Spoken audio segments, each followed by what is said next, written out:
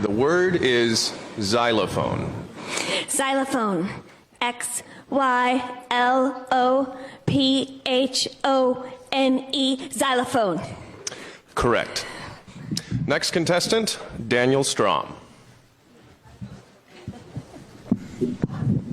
The word is business.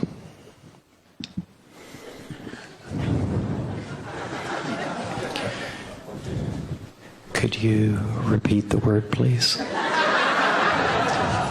Business.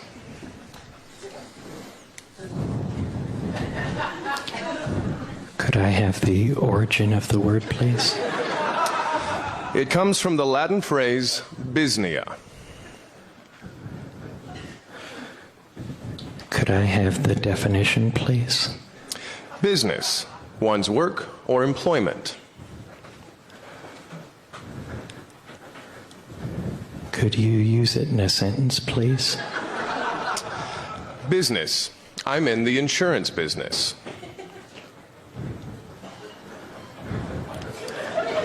Could you spell the word, please? No. Could you repeat the word, please? The word is business. Business.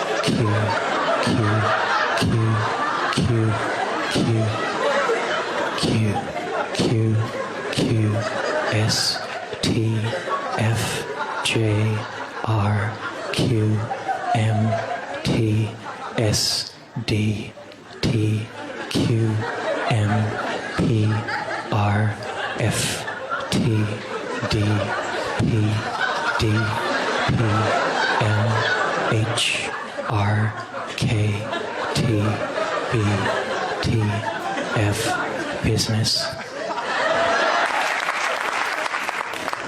Wrong.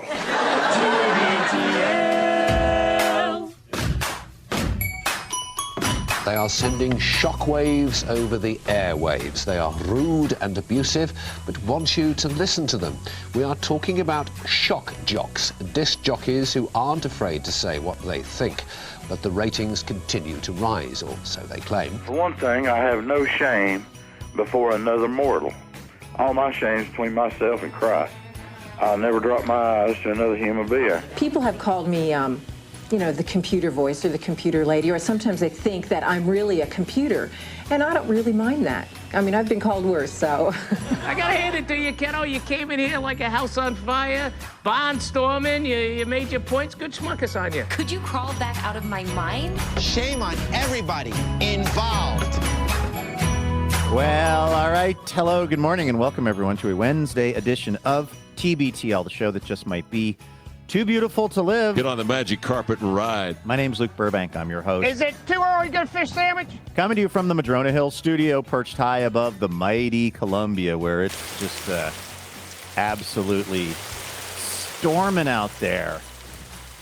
Rain is... Didn't know you like to get wet, though.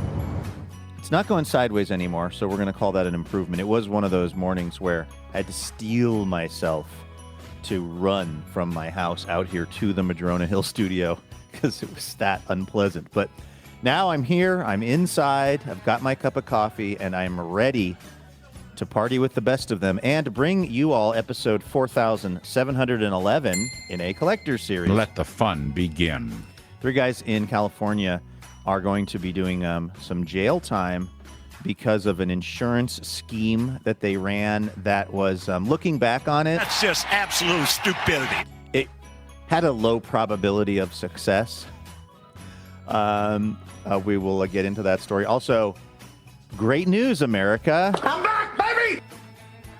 I'm back on the list of famous Albanian-Americans, thanks to listener Chad, who I was instrumental in getting me back on the Wikipedia page. We're going to take a look. I haven't actually looked at it yet. I just saw an email about it.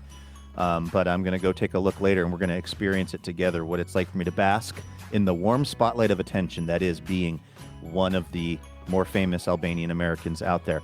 This guy is one of the more famous Cobros out there. In fact, he's the longest-running Cobro of this program. Oh, my God! He admitted it! Maybe best known for his depictions of the tall ships. He's Andrew Walsh, and he's joining me right now. Good morning, my friend. JKPTYC. I'm sorry, I got that drop Correct. stuck in my head. Thank you. I have thoughts about that sketch. That's, of course, the great Will Forte. Indeed. On SNL. And then I think Chris Parnell with an underrated performance, per always. Yes, a very limited, dry performance. What I've always wondered about with that sketch is, did they write all of those letters out on the cue cards for Will Forte? And was he reading those letters, or was he just trying to make up a string of letters? Because that could actually prove to be harder than you might think, right? Well, yeah. Well, it's funny you should ask, because I was practicing it while my mic was down, because I knew I was going to fade up. You know, by the way, we did sort of skip over the fact that we just made TBTL history. I believe that was the first time in 4,711 episodes that I did a fade up on my own voice when you introduced me. Like, this is a big deal. Remember, it was a long time ago now, by which I mean a few years, but I feel like not a few years. There was something going on with your mic like a while ago. Oh, yeah. About like a year ago. Or before you got this fancy machine that you're using now. What was happening? I think that was a cable issue. Yeah. But I literally thought, because I didn't realize you were going to do a fade up. Mm-hmm. I didn't realize you were going to go all Mazzy Star and fade into me. Yes. And so I thought, oh no, Andrew's mic is doing that funny stuff again. And then I realized, oh no, Andrew's doing that funny stuff again. You're doing a bit. And it was such a good bit too. And people are still talking about it, and that was like 3 minutes ago. I'm also writing Fade into Luke as a possible show title, just in case I'm feeling lazy after the show. It's always nice to have something to fall back onto, you know? Yeah. And then usually something better presents itself. Yeah. But I know what you mean. It's nice to have a safety net of an idea. But yeah, I wonder for that sketch if they made somebody actually, like if they were down to the granular level of what letters Will Forte would say, because he says Q a bunch of times in there. Yeah, that's the only part that I think that he probably knew. Here's my guess, and okay. I don't know Will personally. We travel in sort of the same circles, obviously. I'd welcome the opportunity, but yeah, he is really, really great. By the way, I always have trouble remembering him, and there's Will Forte and there's Bill Hader, and usually Bill Hader's. Usually, when I see either one of them, I have to say, "Oh, he was the guy in Barry." And today, like this sketch, which you played for me years ago, popped up into my TikTokies, and I was like, "Oh yeah, which one is this?" And I said, "Oh, he's the guy from Barry. It's Bill Hader." And then I looked at him more. I'm like, "He's not. He's Jenna Maroney's boyfriend in 30 Rock." And I know his name isn't Bill, but I know that it sounds like Bill. And then I remembered it was Will and Will Forte. And now I've got a whole brain path now of remembering both of their names, which is quite a achievement for me. I know the bar is low. No, that is good. But, I don't want to like further complicate things, but you also got to add to the list. Not that they look very similar, but like you got Will Ferrell, who's SNL famous. So you've got Will Ferrell, Will Forte, both from SNL. Luckily, they kind of they're different enough looking. But then you've got Bill Hader. When you mentioned Bill Hader for some reason, it just reminded me of Bill Hader being interviewed on Jiminy Glick. Which then reminded me of something which was really great, because Bill Hader. The thing about Bill Hader is he just seems like the most how do I put it? Like he just seems like the sweetest, most kind of like self-effacing guy. Anytime I see him interviewed, he's always just like he's a really quick laugh. Oh yeah, which from a funny person is just such a gift, because a lot of times somebody is funny, you know, their sort of comedy brain is whirring along at a pretty high rate of speed, and maybe they're not the easiest laugh. Maybe they're a tougher laugh because they're kind of next level with their humor. Bill Hader in every interview I've ever seen him doing, is just such a generous laugher. I love that. Which I just love. I mean, honestly, it's the thing you like most about me. Well, I wish you would do it more, is what I'm really trying to say. See, just like that, sir.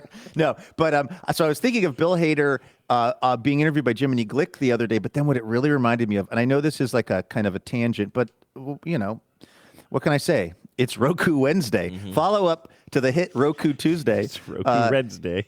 It's Roku Wednesday. Can I just play you? I don't know if this is going to pay off, but I recently saw a Jiminy Glick interview with Sean Hayes. Sean Hayes is, of course, famous from Will and Grace, and now he's part of the Smart List podcast. And he's been in a million other things, but those are like the two, I think, things he might be most well known for. You know who Sean Hayes is? Yeah, sure. Okay.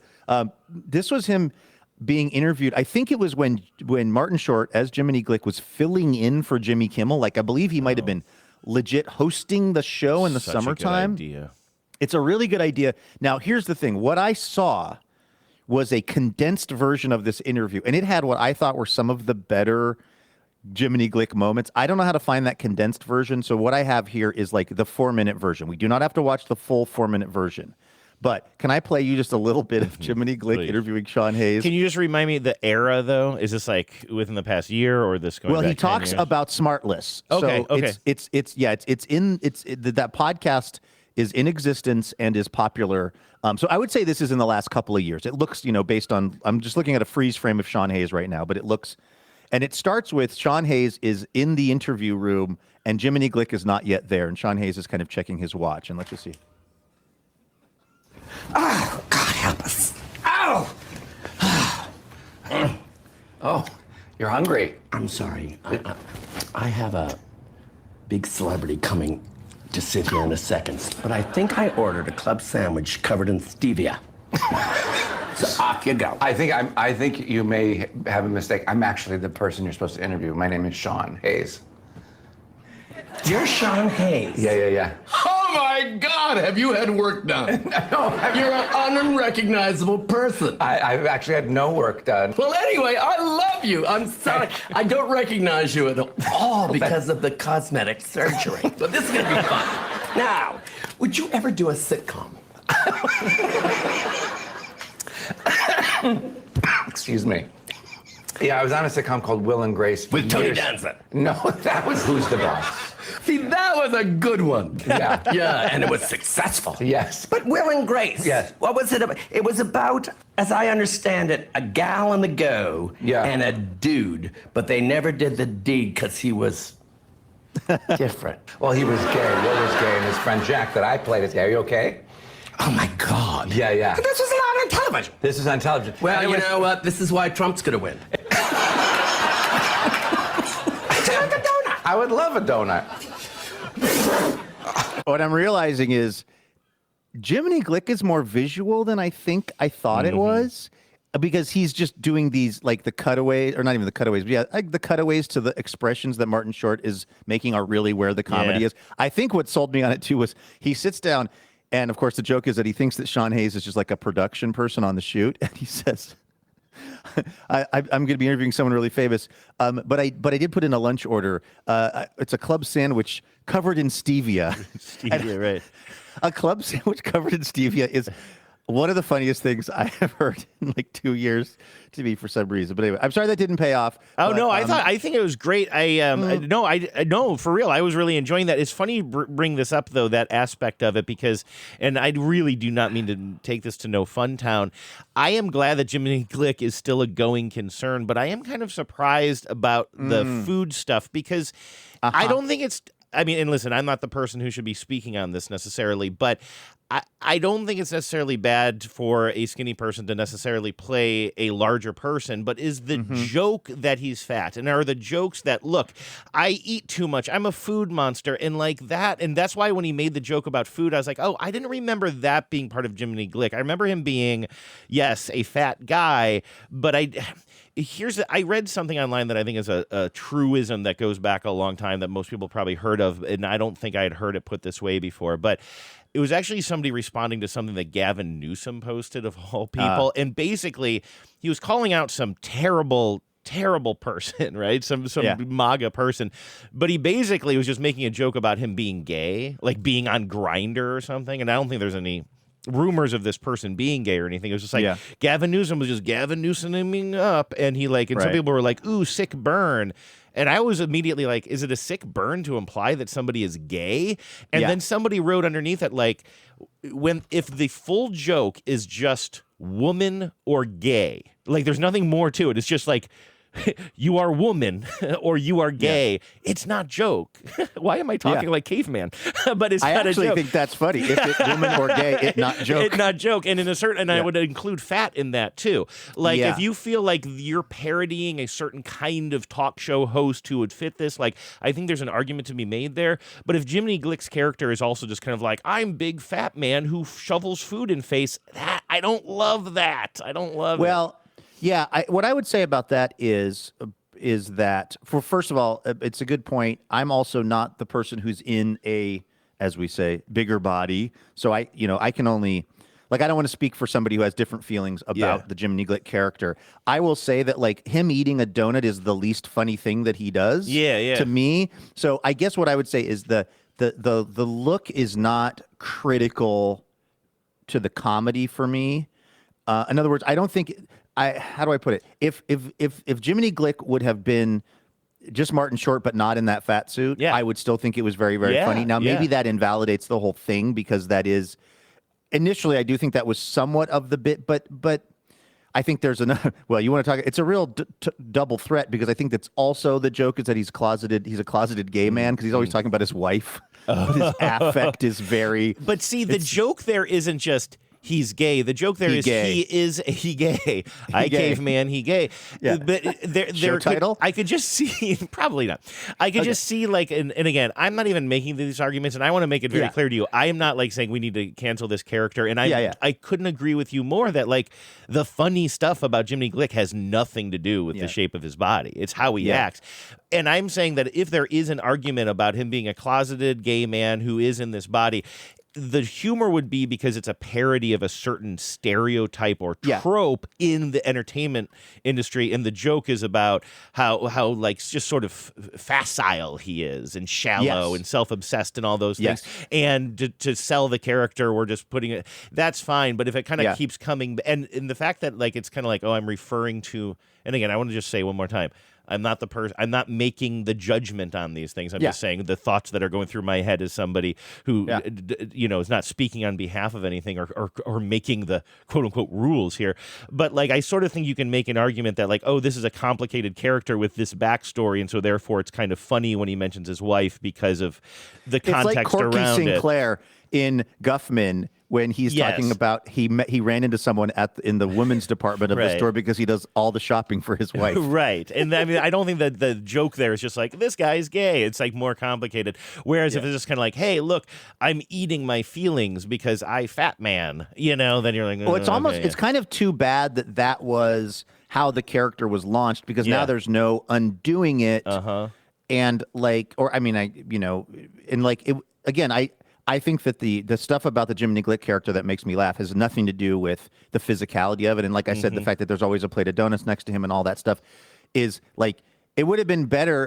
It would have been a better scenario if the character would have been launched as Martin Short with that same hair and those same glasses, but he's just like Martin Short sized. Yeah, which is still kind of funny too because he's kind of funny sized. Totally, just do like just all of the same jokes minus. And by the way, how about you're still eating donuts, but you're just Martin Short size? Just leave out it is kind of easy, and it's too bad because it is not central to the character, to my enjoyment of the character. How about that? And this is where I get to the real reason I brought up Jiminy Glick for absolutely no reason today, Andrew, so I could do my humble brag that I like to do, which is the time when I was on stage with Martin Short being interviewed, and he was the character of Jiminy Glick. Oh yeah, what was the context?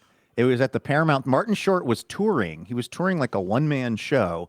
And one part of so he would like, he was not Jiminy Glick the entire time. He was in character, he's himself. He was different characters. He did a bunch of different stuff, but he at some point leaves the stage and then he comes back as Jiminy Glick and he interviews a local notable person in the style of Jiminy Glick. And apparently they couldn't find any local notable people. So they couldn't find Moss back.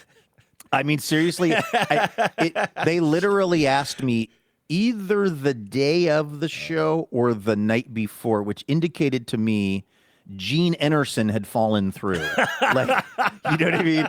It was definitely not, I was not there first. They suddenly realized I was not. Pat O'Day had fallen through. Like, this was bottom of the barrel type of stuff.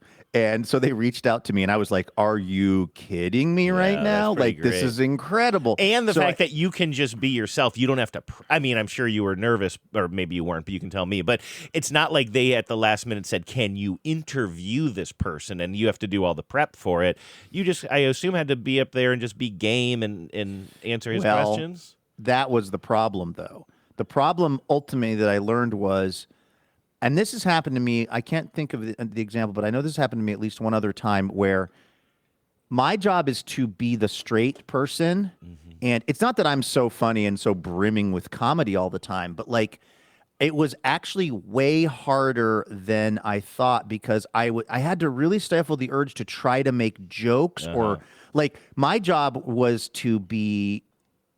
again to be the straight person and to be the sort of like foil for the Jiminy Glick character, and I didn't know how to be on stage and not be trying to kind of get in on the action a little bit or like throw in my jokes. But again, it's like, that's not your job when you're being interviewed by that character. So it actually put me, I was way worse at it than I wanted to be. Like, I just kind of, I found it to be more challenging than I thought it was going to be. I also was nervous. I got to go meet Martin Short before the show, which was actually pretty cool too. You know, like, he was in his dressing room. Literally, it's like one of those dressing rooms with like all of the like light bulbs in the square around them. Every time I'm in a dressing room that has one of those, I feel like I'm in a movie about my life, and I'm like, am I pretty, mama? That's literally what I was going to say. You're putting on lipstick saying, do you love me now, mommy? Yeah, like, it's like, it's finally, I'm you know, but like, they ushered me in. I got to meet him. He was, of course, extremely nice.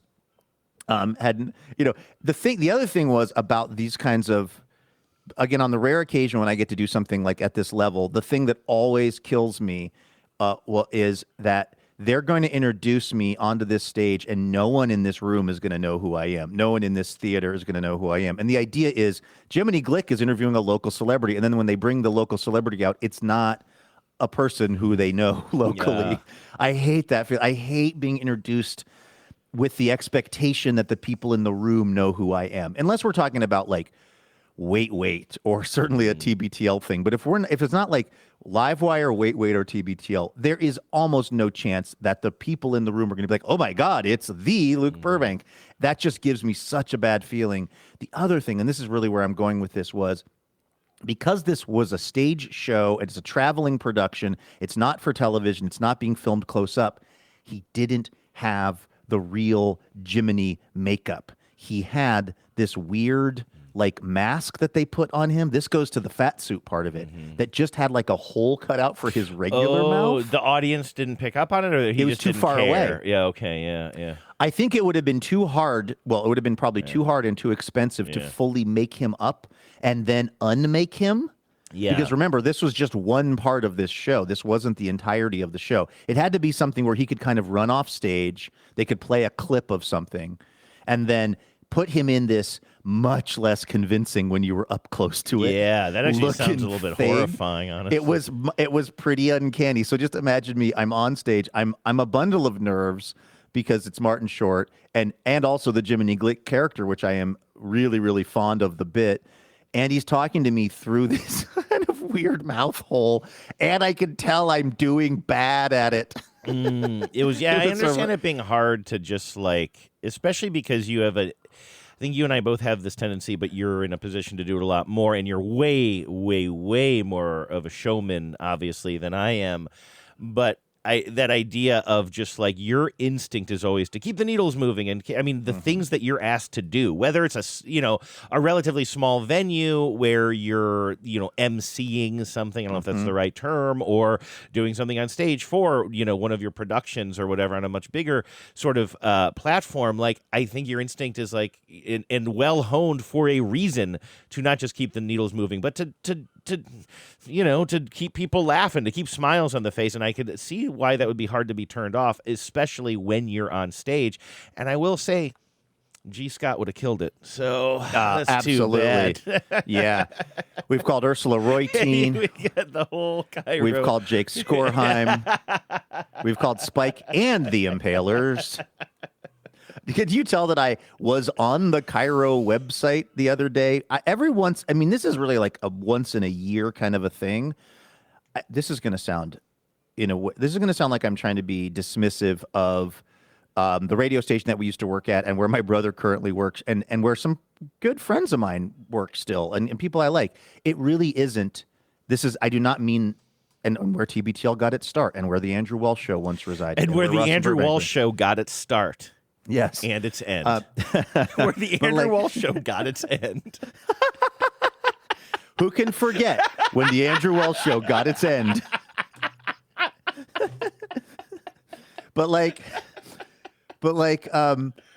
I go through long stretches forgetting that they're still doing a significant hours of locally produced talk radio on that station. I think it must have been something must have burbled up in my local media diet or something. Maybe it was a mention somewhere else about a host on Cairo radio.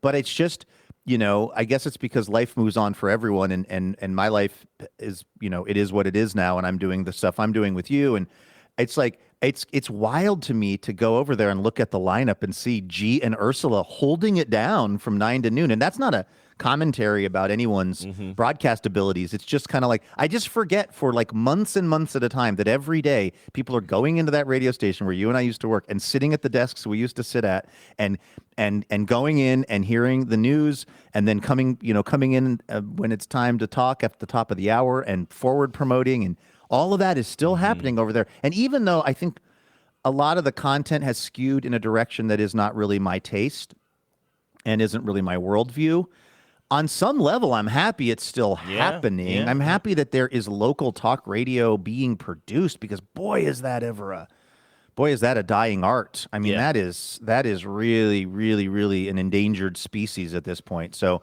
of course, I wish some of the takes were different, but I'm glad it's still happening, I guess. Yeah, me too, because once that goes away, did they finally outsource the night show? No, they're still producing a local night show. Are they? Or maybe not. I think the night show is done. See, and now that'll never come back. You ruined it. Hope you're happy.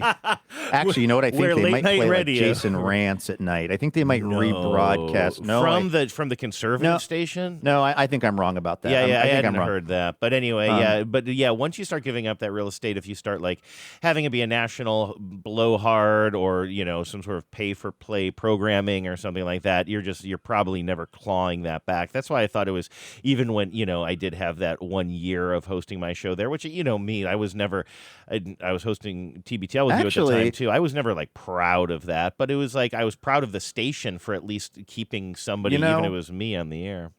Can I let's see.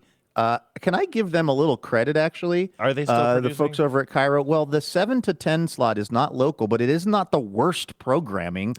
It's national, but from 7 to 8 is something called The Takeout with Major Garrett. Now, Major Garrett is a CBS political. He's the CBS News political guy, and he's actually, he's a legit journalist. He's a legit down the middle guy. John Dickerson follows him up. What? 8 to 9, prime time with John Dickerson. I love John Dickerson. Yeah, John Dickerson, 8 to 9 on Cairo at night. Again, these are a radio show, because I used to listen to him all the time on the Gabfest thing I would tell you about. Yeah, and Slate Political Gabfest. He's the best. Another CBS guy, right? Well, yeah, he stepped away from. He was big on CBS on the weekends and then he was co-anchoring the evening news. That was an experiment that didn't really work out. Not that the Tony DeCopel experiment is exactly topping the charts right now in terms of ratings. But so he stepped away from doing the evening news stuff. I think probably before they decided to shake it up anyway. He saw the writing on the wall. And then Eye on the World from 9 to 10. Eye on the World with John Batchelor. They're just basically playing some pretty down the middle CBS News and CBS radio content, which I got to give them credit on that. It's not a 3-hour estate planning, elder care, Law Tigers for Men ad. You know what I mean? This is weirdly reassuring to me that this is the programming, actually. It's also weird to hear this news after that, really. I don't think we addressed it on the show, but I know a lot of listeners were kind of concerned and definitely tracking the fact that there were some pretty major layoffs and cutbacks at CBS Radio. What was that, a couple of weeks ago? They ended it. They ended it. So how? Yeah, they ended I knew that they ended the newsroom, but they still must be. These shows that you just listed, assuming that that's not an old schedule you're looking at, those must be being produced by CBS. Maybe are they? You just mentioned this before the show. Is that TV audio that they're repurposing for radio? Do you think, or are they podcasts or something? The eye on the John Batchelor show, johnbatchelorshow.com. That one looks very. I would say the URL is not super functional right now, but it's cbsaudio.com apparently, and he's wearing a bow tie. He looks very Charles Osgood, and he's in front of a radio mic, which makes me think the thing they're playing from 9 to 10 seems like it's a radio show being generated by CBS News. And the Dickerson thing looks like maybe it's a TV or internet TV thing that's being repurposed. That and makes sense. I think the Major Garrett thing is, I can't quite tell if that's, I think that might be audio only. It's hard to know, but yeah, they got what CBS got rid of, and I'm really bummed about it, is the CBS News radio news division that was producing the top of the hour newscast. Of course, you know it. Bum, bum, bum, bum, Yes. but I mean, that is the friggin' soundtrack of my childhood. I was also a weird kid who was listening to AM talk radio and AM news radio, but like that top of the hour CBS News 6-minute, block or whatever, that's what is going away, because I guess there just wasn't any money to be made in it, and who knows how big the staff was producing that, but that's what the CBS News bosses, my bosses, decided was an expendable thing, so they got rid of that. Yeah, that's a bummer. It's you associate with childhood, and you know this about me. Speaking of the Andrew Walsh Show, I associated very much with like I'm about to go live, right? Because that was the top of the hour news, and so I had this exact same microphone stand and setup in that studio, and so I always, and you know me, I'm always messing with this thing way too much. It's a nervous tick I have. But when you're getting ready to go live and you're waiting for that dink, dink, dink, dink, dink, dink, whatever theme song that was the Andrew. Dang, dang, dang. Oh, your theme song. Yeah, I was thinking about like that's about to go on, but it's like after the CBS News, right? Yeah, ding, ding, ding, ding. Oh, here comes that flute as it happens. Yes. Well, life. I was gonna say life unfortunately moves on, but I don't know. I mean, yeah. I miss the good old days of radio, but I'm hoping for the future days of interesting things happening. I don't know. It's weird because what you're just hearing happening in my brain there is like me lamenting that things aren't the way that they used to be, but like things always change and new cool stuff does happen, and the new cool stuff becomes the thing that people are used to. There was a period of time where radio didn't exist at all. And I don't know, we were gathering in the town square. Somebody was like, we never gather in the town square anymore to hear. We never gather to hear proclamations read as we used to, because now they're printing everything.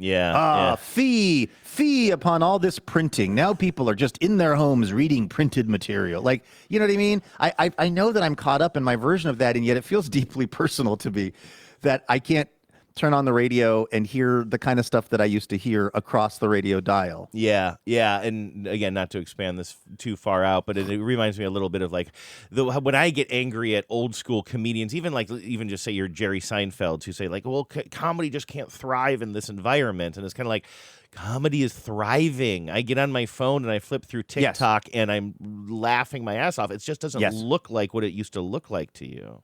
Yes, exactly. So I have to try to hold on to that in my own mind when I get into like lamentation mode of the fact that I don't get to hear Bill Yend anymore or Larry Nelson. Those are a couple of old school. Those are for the old heads out there that remember the old days of Seattle radio. But yeah, I guess that's life.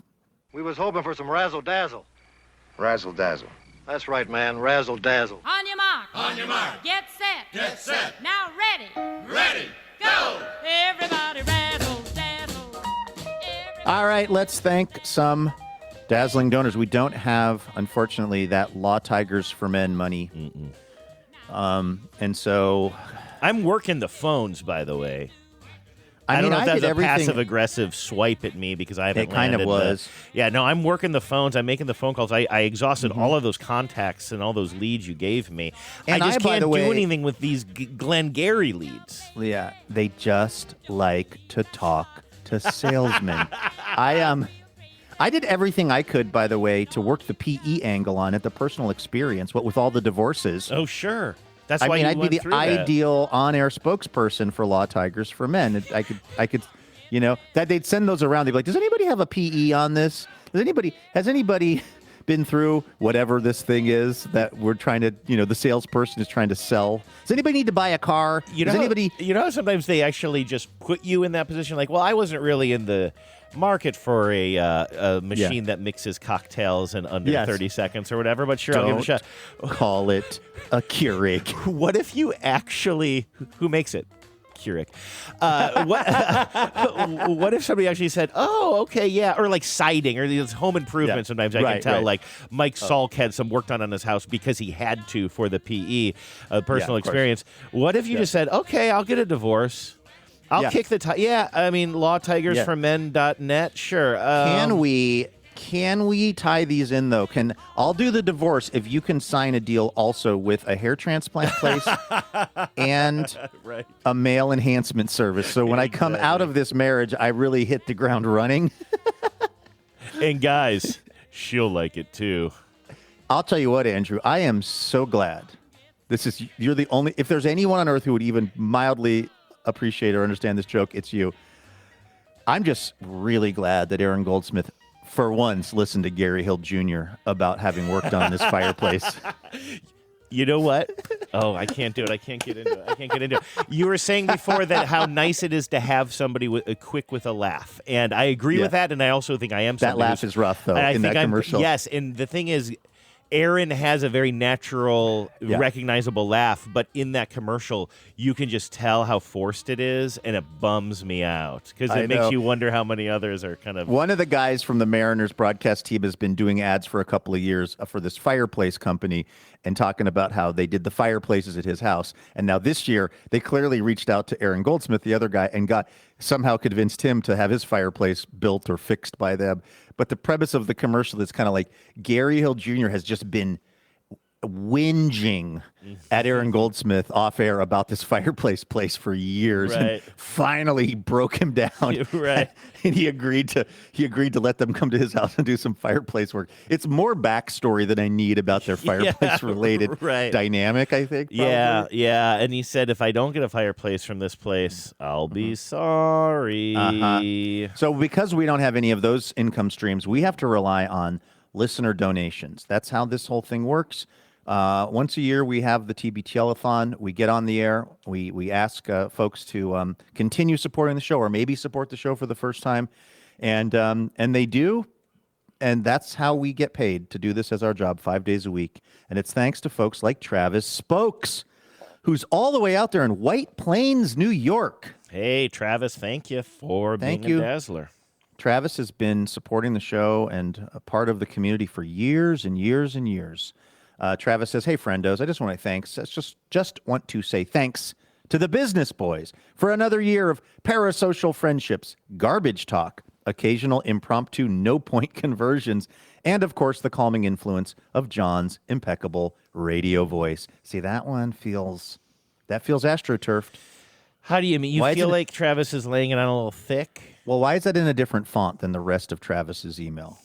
Wait, I feel like John might have cut and pasted. I see what you're saying. I feel like this might be our colleague John Sklaroff, TBTL employee numero uno, just wanting to remind us that he is also popular with the listeners. It is funny because it goes on. It says John's calming influence, or the calming influence of John's impeccable radio voice, and then it says parenthetically and his beefcake bod. Yeah, that's what really honestly, it seems like. I don't know what's worse, if Travis wrote that about John's bod, or if John lied in the message and put his own. Like, I'm almost more comfortable with John putting that in than Travis commenting on John's body. Yeah.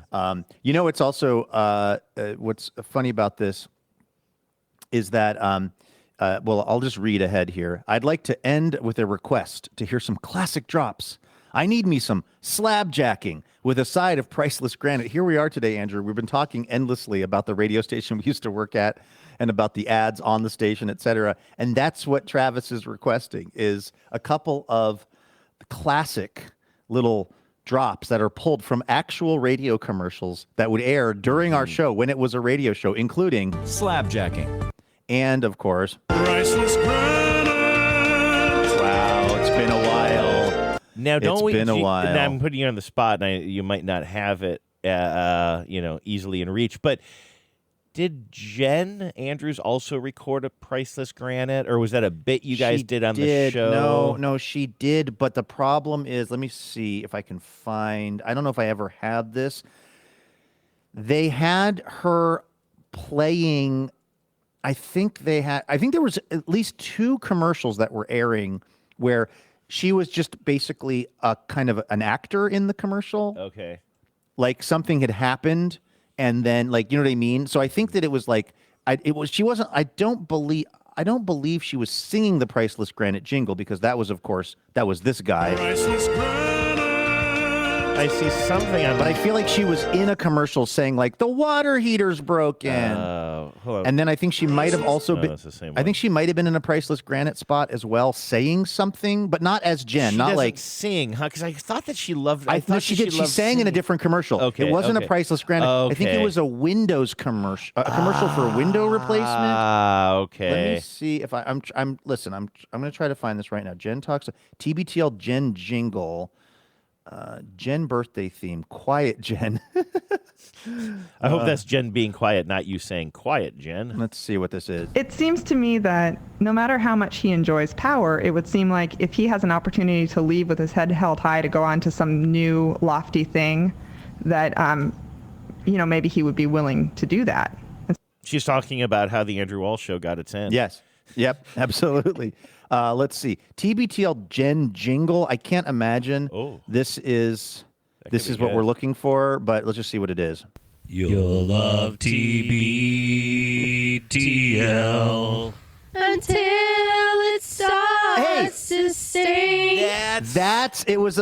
That was the Jen singing. I mean, that was us. Let's see. That was a spoof. They spoofed the lyrics. Those were listeners spoofing the lyrics. But yeah, that was. It was until it starts to leak. I think it was. I'm so sorry that I don't have the original. Maybe this might be a job for the Marsupial Gurgle. I've been on website. Marsupial Gurgle. That's why I played that other one before. I think it was for a window company, and I believe that Jen's line was, she sang the word something to the effect of "until it starts to leak."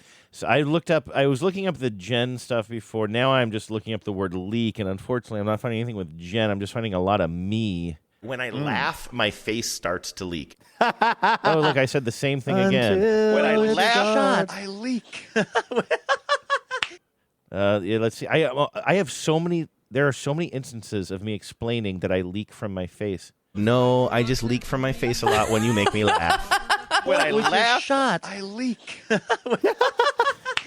Still laughing at it. Oh, what's going on? All right. What are we doing? Travis wraps things up by saying, cheers to you guys and all the tens. Power out. Well, cheers to you, Travis. I tend to leak from the facial area when I'm doing a podcast. That's all I ever talk about, according to Marsupial Gurgle. I'm sorry, when I laugh, my face starts to leak. I don't know why that is. This is my only bit. I leak. Andrew, please close the browser, look away from the computer. No good this is why, and again, could not appreciate the work from our friend Lynn Pham more on the Marsupial Gurgle website. But for me personally, it is not a place that I can visit because I laugh a lot, I love a lot, and I leak a lot. Yeah, and live, laugh, leak. Live, laugh, funny. leak. Do we have That's a show pretty funny. called Live, Laugh, Leak? Anyway. Where I could go to Marsupial Gurgle and do a similar search for and by the way, for what it's worth, if you would have said to me, hey, what are like some go-tos or what are things that tend to come up in a repetitive way, that wouldn't even been on my list. There's other things you repeat way more. You'll keep it to yourself, bud. No, but you know what I mean? Like, that's not like, if you were to say that, like tomorrow, oh, my eyes are leaking because I'm laughing, I wouldn't be like, there he goes again. There you go again. You know what I mean? Like, your sense of like, oh man, I've said that a lot over 4,700 times. it feels like a lot when you condense it into 5 little discrete moments, but it's spread out amongst thousands of shows, and I would rather die than see what comes back under certain search terms. Yeah, I won't do it. I promise you I won't do it. I won't do it, but just tell me. Will you tell me? I beg of you. Will you? And I won't do it. I've already closed that tab, but will you tell me the search term that makes you shudder the most to think about it? Oh, I mean, you don't have to do this if you don't want to. I'm just trying to think of what. I mean, the problem is if I ask you for advice, then that's going to hurt my feelings. Yeah, no, I'm not weighing in on this.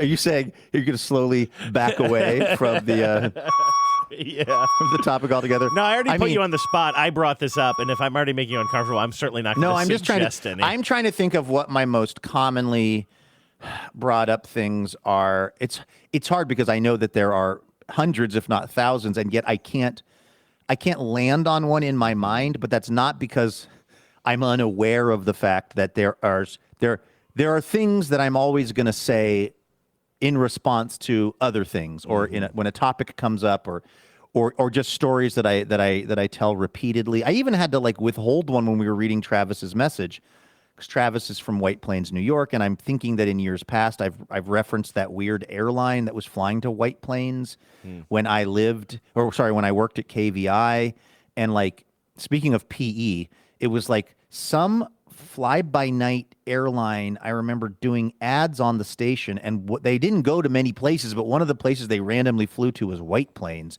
and we had the opportunity to, I think, get free or cheap tickets, and I was like, I guess I'll take a ticket to White Plains. I didn't know Travis at the time. I had no reason to go there, but that's a story that I know that I've told on the show multiple times, because the way that my brain works with this stuff, and I guess is how everyone's brain works, just other people have more, what do they call it, discipline, is I see some words, and then that's this, one line, and then the other line is experiences that I can think of related to those words. And where those intersect is what I talk about. And in fact, that analogy I just gave is also something that I say on the show repeatedly. Really? No, that analogy you just gave about the lines, I do not recall you ever saying that before. And I'll be honest with you. Here's one. I know when I've used that analogy before, when I'm telling the story of Ethan Hawke. There's a story. It's not so much an observation like my eyes leak, but it's more just like a story that I've told, I would say conservatively 20 to 30 times on the show, of me running into Ethan Hawke in the break room at KUOW and telling him a story that where the joke was on him. And so I've told that story a million times. And what I also always say associated with that story is that in my mind, I was just like, hey, this is Ethan Hawke. And then the other, so that's one line. And then in my mind was also like, what do I know about Ethan Hawke? What are things I've experienced related to Ethan Hawke? Ethan Hawke Puppet Show. In that moment, you were Rafifi at Invite Them Up. And that's why I started telling him that story without actually going, is he going to get the very obvious point that this was a joke at his expense? And he did. He did. He said, sounds like they were making fun of me. Before we move on to the next dazzling donor, let me just do it one more time in the clear for old time's sake. And Lynn, I know you're not clipping clips anymore, but if you want to, you can use this one. I apologize. I leak when I laugh.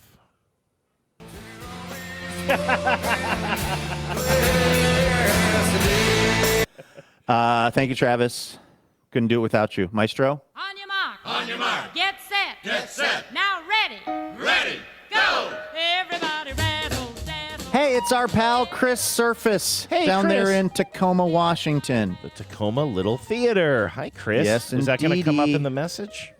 I don't pre-read these things, Andrew. I don't have time. I'm very busy. Very, very busy. But I'm hoping it does.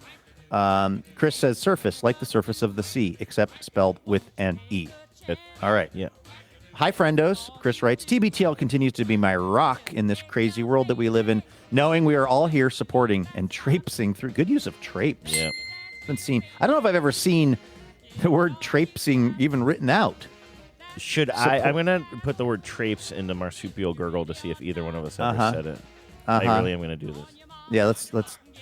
I could see it coming. I don't know if it's one of my go-tos, but supporting and traipsing through this world together, it gives me hope. Our network of tens is unmatched, and it brought me such joy one day when I was working at the theater I run. There you go. That's the little theater in Tacoma. Nice. And someone came in and they said, "Are you TBTL Chris?" We had a great chat, and it made me so happy at the end of the day. Thanks to Luke and Andrew and John and Jen and Sean. See, this feels like old home day. It Andrew, really we're does. in a kind of a sweet way, actually. It's nice to get to remember our pals Jen and Sean and all of the radio commercials that we loved and hated back in the day. Thanks to Luke and Andrew and John and Jen and Sean and all the others who bring this show to life and keep us feeling entertained and a part of something. Here's hoping it continues to grow and we really do end global loneliness, the path that Jen started us all on. That's my rambling for now. I'll end with the hopes that you keep supporting the arts in your community. And if you're ever at the Tacoma Little Theater, stop in and say hello to me. Absolutely. I've been there. It's a beautiful, beautiful place. In fact, I was just daydreaming the other day about finding myself back in Tacoma and swinging by and saying hey to Chris and the gang. I'm not even joking. I was thinking about how I can work that into my life. I do have an update for you, though. Everybody's just on tenterhooks here, Luke. Yeah, traipsing. Traipse. Have we traipsed? There's only one instance of it. The word traipse does not appear. Traipsing appears once, and it's actually... What about traps, like trapezoids, like I've been working out? It says something about your traps house. I don't know what that means. Episode 3315 is called "You Made Your Pizza Bed, Now Lie in It." And it says Phyllis P. Fletcher swings by to explain why she sent Luke and Andrew a very creepy video. I think it's interesting that is the shortest show description. This is from December of 2020. Let's see here, December 2020. So that's pandemic-y times, right? Did I just say plandemic? If so, I was just stuttering. I'm not trying to make a statement here. But December, right? Because that started in the spring of 2020, and so now we're in the winter of 2020, so I think we're really in the thick of it. Phyllis is apparently sending us creepy videos, and that's the only thing we talked about on that episode. And one of us, and I can't tell who, said this. If I were you alone in this area, kind of traipsing down this old abandoned path on this like kind of post-rainy day, even describing it sort of makes me have to go number 2. That's me talking about when I'm creeping around places, I have to go to the bathroom.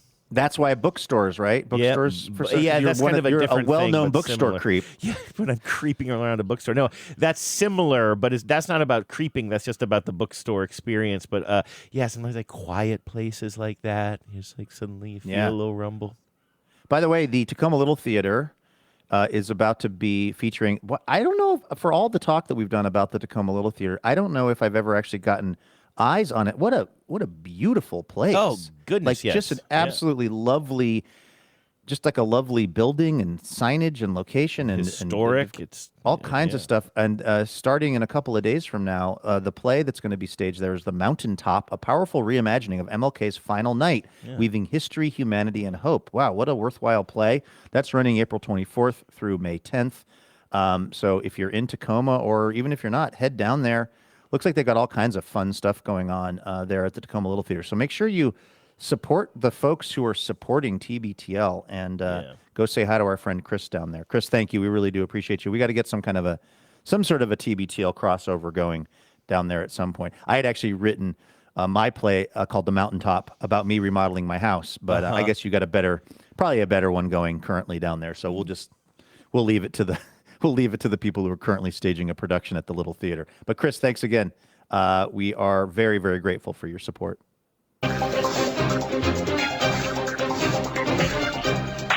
Hello and welcome to Top Story. I've been saying this kind of a lot lately. In fact, who knows? Maybe it's a whole section of Marsupial Gurgle. But for some reason, like the sense that I have of where I reside in people's minds is shaped by how many people send me a story. And oddly enough, Andrew, 2 people sent me this story that is our top story today. One was you, and one was Becca. Did I which one is this? Did I send you this? I couldn't remember if I actually hit send on that email or not. You did. This and is it's the insurance one? It's the insurance fraud story. And Becca never sends me anything like for TBTL content, but she said, I don't know, you might want to talk about this on your show. And that is not a thing she ever does. So I thought it was interesting that both of you saw this and thought, well, this could be TBTL material. It's a pretty crazy story. Basically, there were these guys who submitted an insurance claim for damage to I guess, a pretty high-end car. It was a 2010 Rolls-Royce Ghost. That's the kind of car it was. By the way, this I'm reading from the, let's see, they don't give us a byline for this, but this is a Southern California TV station. This is ABC 7. 3 Southern California residents have been sentenced in a bizarre insurance fraud scheme, which prosecutors say involved them staging fake bear attacks on high-end cars. It all stems from a claim the suspects filed with their insurance company saying a bear got into their car, which is a 2010 Rolls-Royce Ghost at Lake Arrowhead. This was in 2024, and damaged the inside with scratches. The California Department of Insurance said the suspects provided a video to the company which showed the bear, that's in quotes, in the car. An investigation in the claim, dubbed Operation Bear Claw, took a closer look at the video and found the bear was actually a person in a bear costume. The insurance department said investigators then took the video to biologists with the California Department of Fish and Wildlife, who also looked at the video. The biologist said it was clearly a human in a bear suit.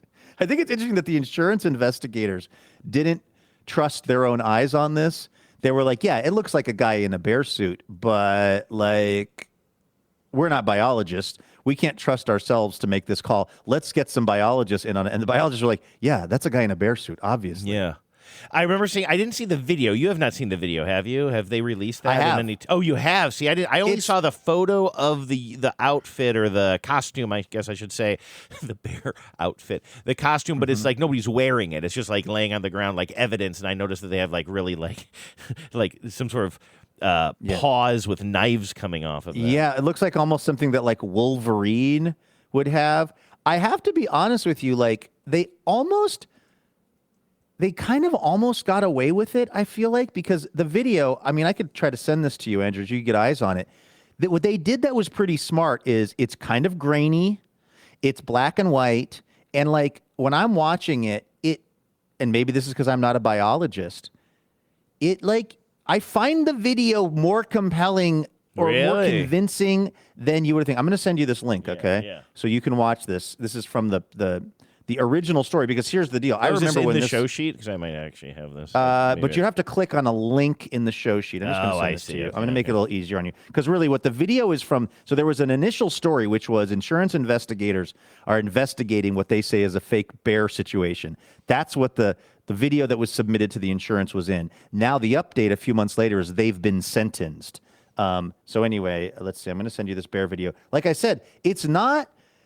When you watch the video, it's not as silly as it sounds. I guess they just went a little too far. They should have parked the car further away or something. You just have this kind of a brownish area with points. You just kind of have this like, this furry thing that's kind of climbing around. I think their mistake was that they had the security camera too close to the vehicle for their video that they were submitting. They just should have parked the car further away so you really couldn't make out any detail from the bear. And it's just like the last second of the clip is where the bear is moving in far too human of a manner. Okay, so I'm looking, yeah. Watch this video. It's like 3 seconds long. Yeah, at first it's fine. I don't think I'd really... I'm watching... You see that at the very end? Here's where they made the mistake. So basically it was like their idea was, let's scratch up the inside of this car and we'll make it seem like a bear did it.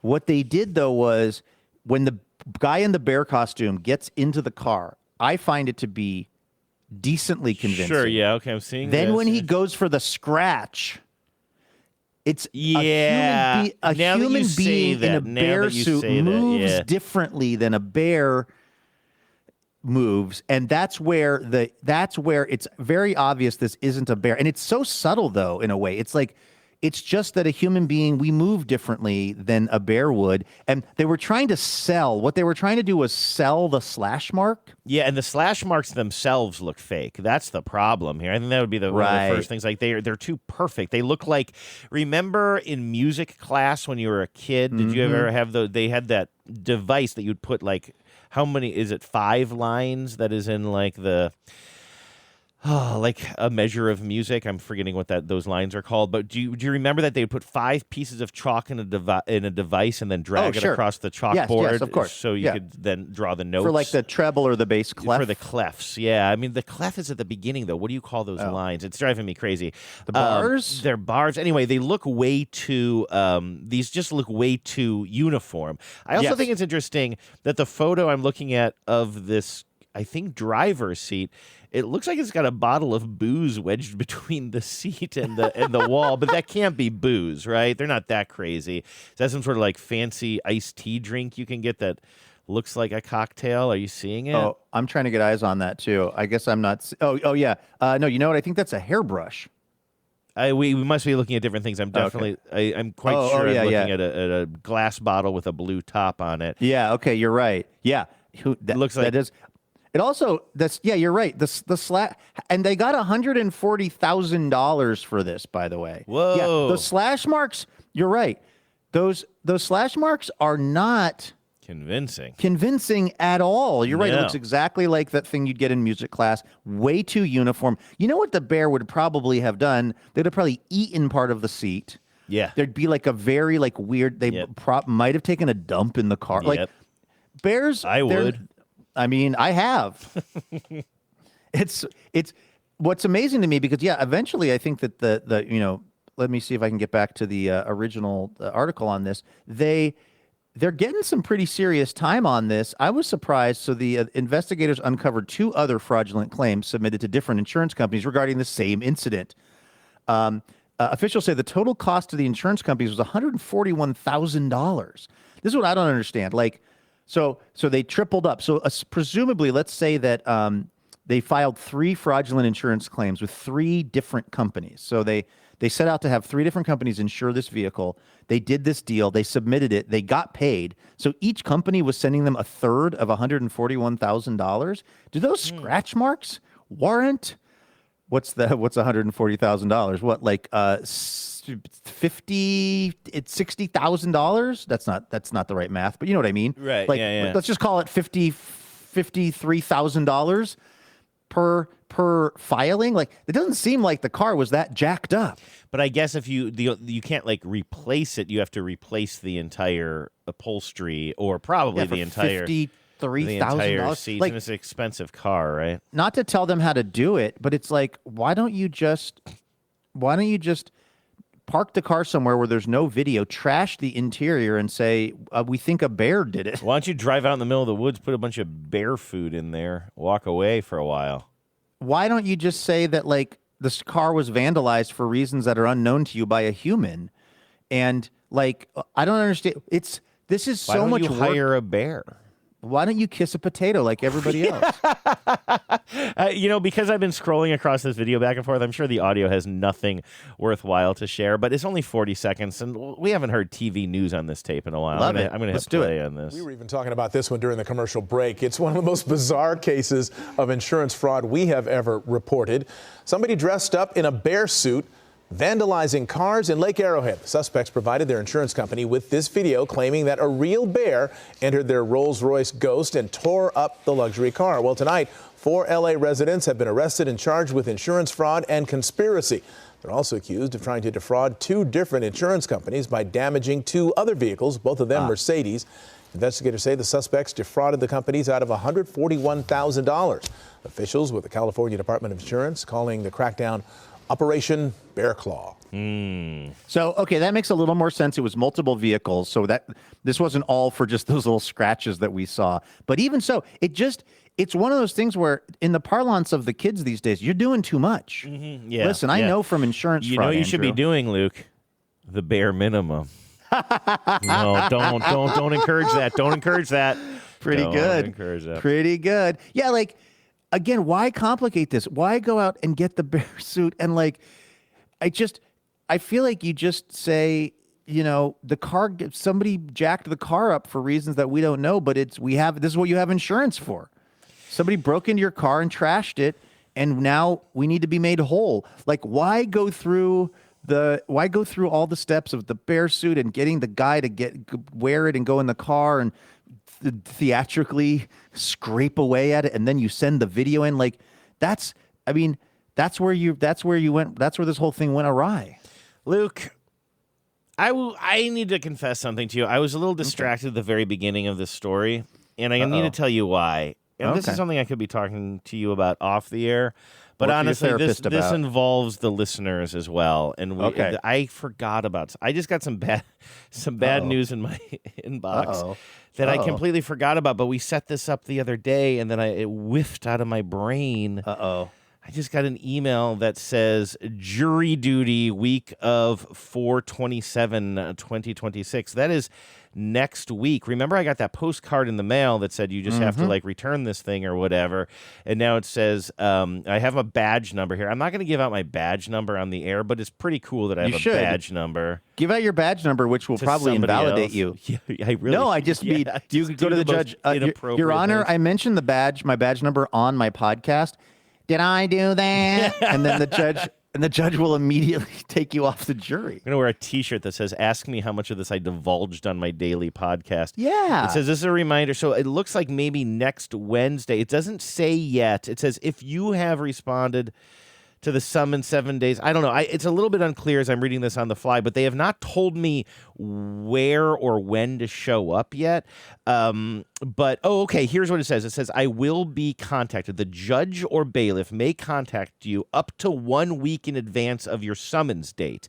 Now, today would be exactly 1 week. So today's the 22nd, and it said that I would have to show up for that French wordy thing, I think, although they didn't say it. Voir dire. Voir dire. Or as I call it, the French wordy thing.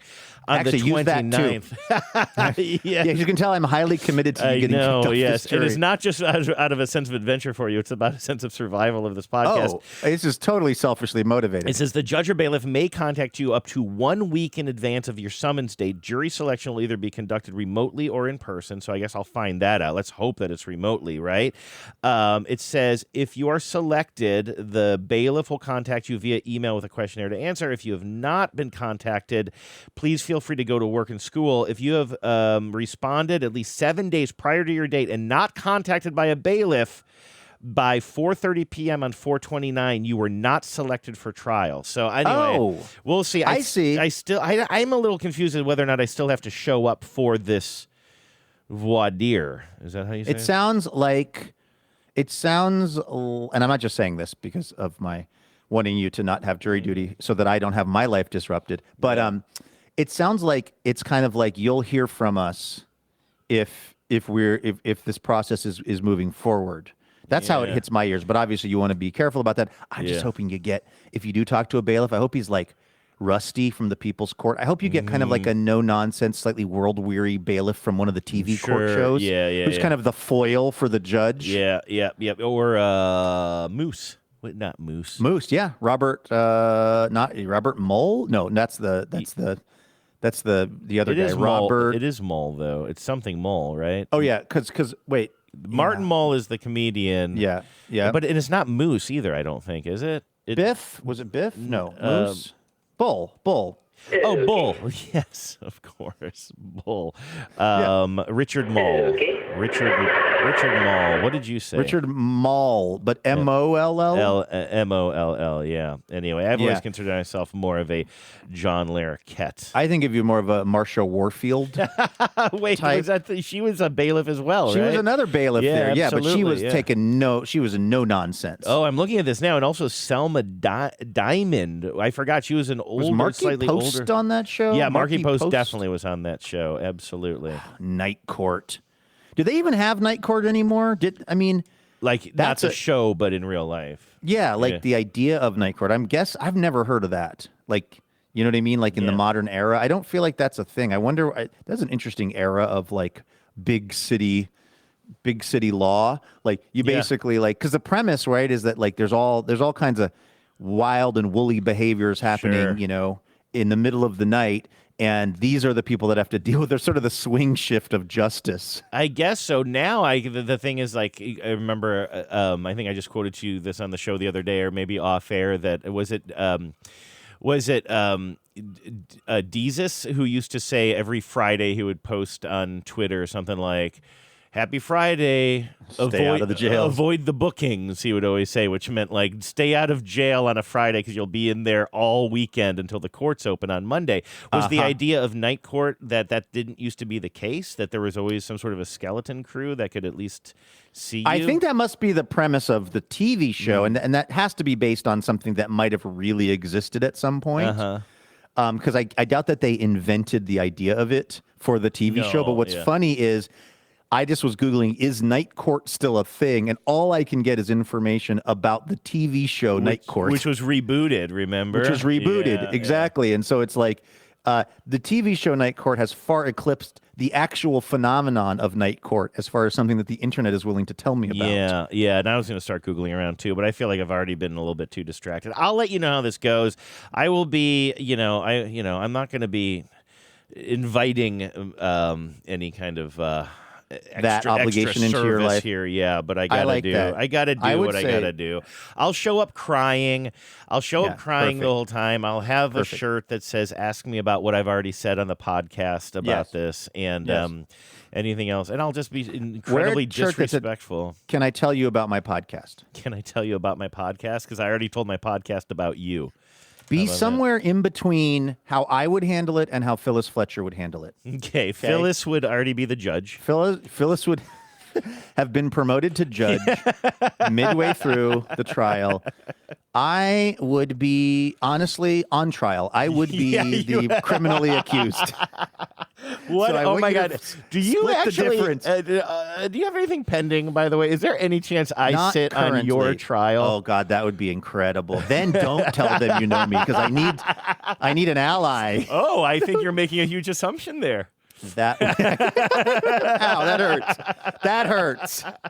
I hate to say it, Luke, but I think we got to get out of here. I got a puppy who's crate training. Okay, I forgot about that. All right, well then tomorrow, let me just say this. Thank you to, let's see, I think it's listener Chad who re-added me to I'm the sorry, I didn't mean to cut that Albania up. page. No, that's okay. I checked it out the other day. It was there. How about tomorrow, Okay, good. beginning of the show, before I distract us? Well, we'll see that you're still up there, though. We need to make sure that nobody's... Because remember, somebody added me to something one time, and then the editor stripped my honor away.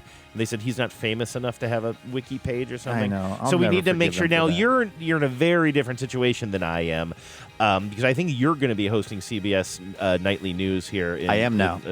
Yeah, I'm filling in for John Dickerson. So anyway, I doubt that they would have stripped you of your I'm still there. But I'm still there. Oh, all right. Chad put me under artists because he didn't want to put me under others because that's pretty much reserved for mobsters and motivational speakers. Yeah. But as of right now, artists, I'm right there. I'm below Pema Brown and above Drita de Avanzo. This under is, artists. Did I cut you off when you were setting this up, the Wikipedia page, the list of famous Albanian-Americans? Why didn't he put you under media, though? I can't remember, because you're a media He explained. guy. Here's what he said. I put you in the artists section as there were other TV folks in there versus media. But boy, did I want to put you down in the others section. Yeah. Crying emoji, because we found out that the others section is just all ne'er-do-wells. Yes, exactly. And miscreants. Exactly. But we'll see how the trial goes, Chad. Then you could move me to others. Yeah, right. Andrew's like, hang him. What? Why is he wearing a hang 'em high t-shirt? That'll also get you kicked off, right? Okay, Thanks for listening, everybody. We're going to be back here tomorrow with more Imaginary Radio. In the meantime, everybody have a great Wednesday. Stay safe, take care of yourselves, and please remember, no mountain too tall. And good luck to all.